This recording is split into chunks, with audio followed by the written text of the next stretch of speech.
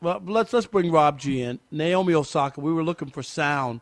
Rob G, give us the 411 on what happened because she spoke to the media. It went okay in the beginning, and then it went south, and it turned into what, Rob G? Yeah, it was her first press conference since the French Open controversy, where she pulled out and she said she wasn't going to do the media anymore. And she's made several statements since then about the role of the media, how she wished it would change. So today was her first time doing a formal press conference since then. It was at the Western and Southern Open in Ohio. 3 or 4 questions in, everything's going fine. And then a reporter from the Cincinnati Enquirer asked her. Wait a minute. Really? Yes. Okay. Basically asked her, you say you don't like the way the press conferences are done these days. You're not a big fan of speaking to us here in the media, but you do also have outside interests that require you to do media, like Sports Illustrated, like your Netflix documentary, and you don't have a problem with that. So can you please explain yourself and differentiate between the two? I want to say this. I love that question, not just because I worked at the Cincinnati Enquirer, but I love that question because that's the issue I have as well. It's not like you're not doing any media, right?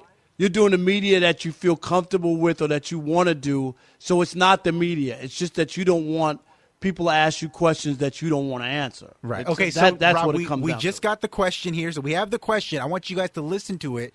Now, when this whole thing got picked up earlier this afternoon, a reporter put on Twitter, this got picked up by TMZ Sports, that the question was asked in an aggressively toned fashion.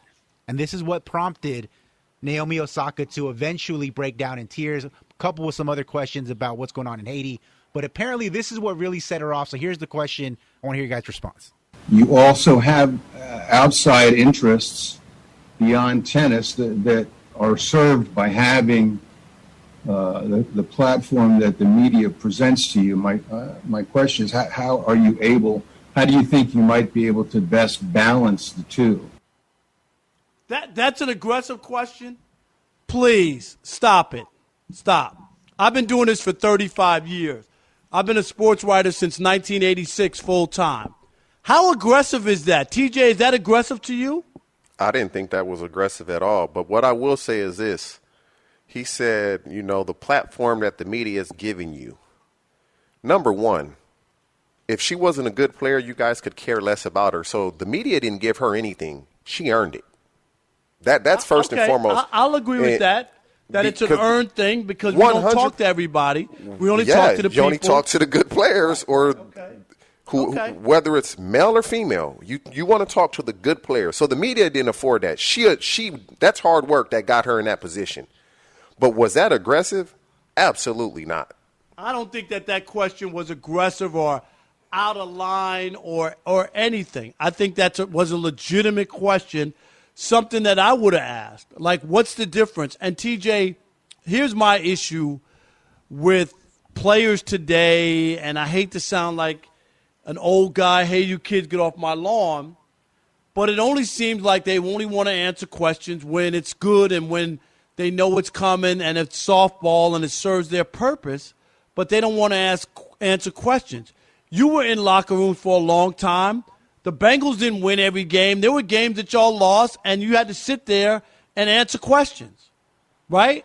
Very you didn't true. like all the questions, but you were a professional in that it comes with your job. Am I wrong or not? No, I mean, it comes with the territory. It's part of the territory.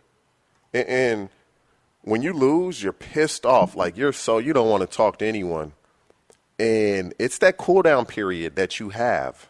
Right, you get 15 minutes before we get in, right? And it's longer than 15 minutes, though, because we talk to the coach. You kind of sit there for a minute, then you go hop in the shower. So it's more like 30, 35 minutes. If you guys could come in right after. Right, it would be crazy.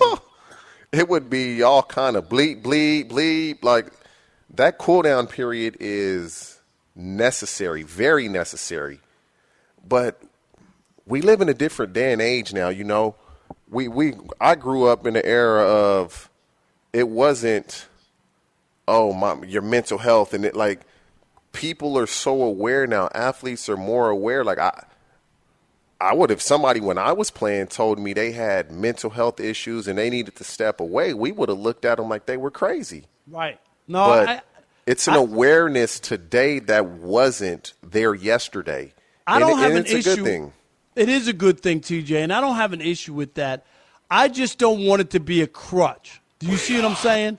Yes. Like that's my issue. Is And that's the thing, though, Rob, is what you just said. That's the biggest issue, because when you say I don't want it to be a crutch, how do you know it's being used as a crutch, and how do you know it's not being used as a crutch? Like, we don't know. Well, here's my thing, is that I've yet to hear or see, and maybe somebody can tell me, and I'll gladly say I was wrong.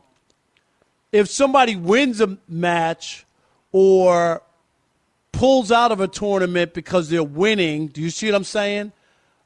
Then maybe I might be able to buy it. Like, they just can't go on. They were winning the tournament, or they won and they didn't want to talk. Do you see what I'm saying? But that's not 100%. usually what it is. It's No. always when they lose, something's going bad. Do you know what I'm Adversity. saying? Adversity, When you and have then they don't adversity, want to deal with it.